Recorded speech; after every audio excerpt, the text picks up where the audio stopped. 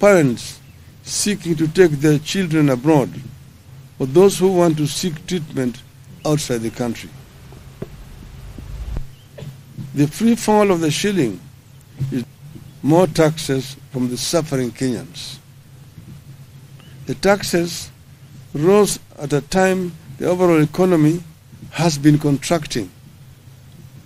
In the second quarter of 2022, which is the first era of Kenya Kwanza regime leading into 2023, the economy grew by only 5.2%. In a similar period in 2021, it grew by 11%. The regime resorted to more borrowing, ignoring the warnings that we are in debt distress and at the risk of debt default. Without blinking an eye, the regime went against its promises to reduce borrowing and did the complete opposite. Kenyans responded to this turn of events by trying to steady their businesses, especially the small enterprises. But those efforts were in vain as interest rates rose through the roof and more taxes hit those businesses. Only the government can now afford to borrow at the astronomical rate of 17% or more from the domestic market. In other words, the government is competing with the private sector in the domestic financial market.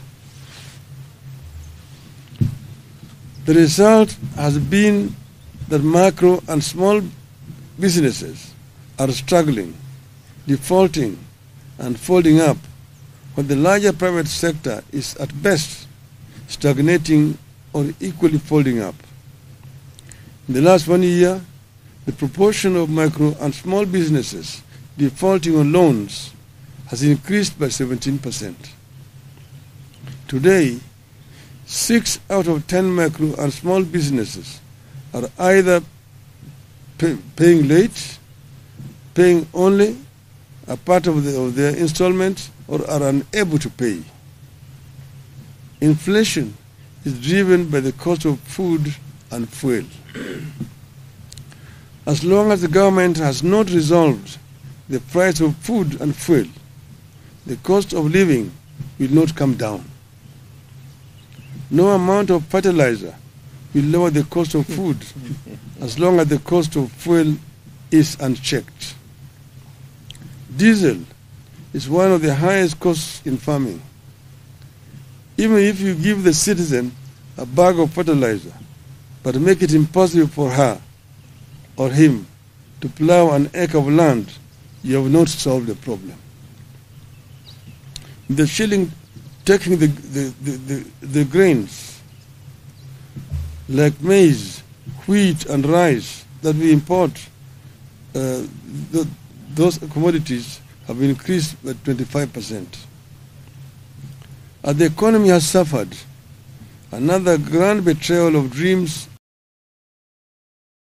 has unfolded silently in the education sector. As a party, we believe that we cannot neglect education no matter the magnitude of the economic challenges which we are grappling with. We believe that if we are not to spend just one, if we are to spend just on one thing, it should be education. In 1 year, Kenya Kwanza has thrown the education sector into a deep financial crisis. In public, Kenya Kwanza administration continues to talk about free education. The reality in our schools and homes across Kenya is that education is no longer free, either in primary or secondary schools. Inadequate funding is growing into a full-blown crisis in primary and secondary schools, forcing head teachers to beg from well-wishers to help finance schools, straining parents further and threatening the high enrollment reached in recent years as many students are sent home for school fees.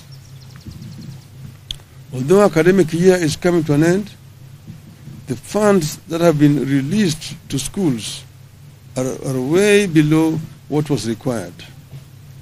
In some of the schools, the government has disbursed as low as 15,000 shillings for a student population of 400. Some schools received as low as Kenya shillings 3,000. We are, however, very concerned that under the Kenya Kwanza, education and the country are getting compromised by mismanagement, lack of clarity, lack of interest, and weak leadership in the sector. Verbally, education field officers have been instructed to work with schools, PTAs, and BOMs and approve measures to help schools raise funds for their operations. For schools, this only means raising school fees. As a result of weak leadership, examination integrity is back as an issue in our education. Implementation of the CBC curriculum is in chaos. Mismanagement persists as key institutions like the TSC, the KNEC, and the ministry itself.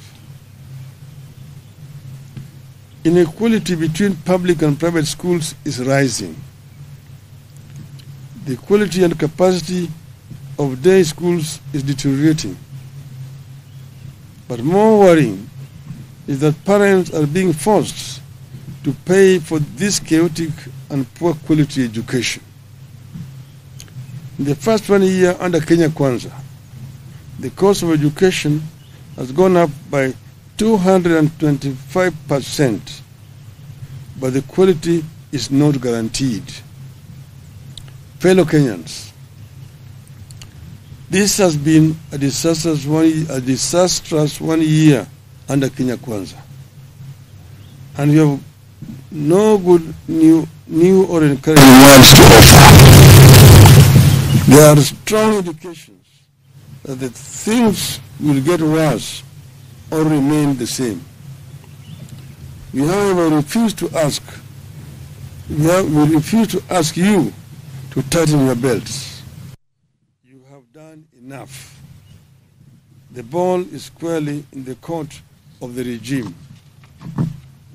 They either act or await the fate that has fallen other insensitive and incompetent regimes across the continent. Yeah. End of statement.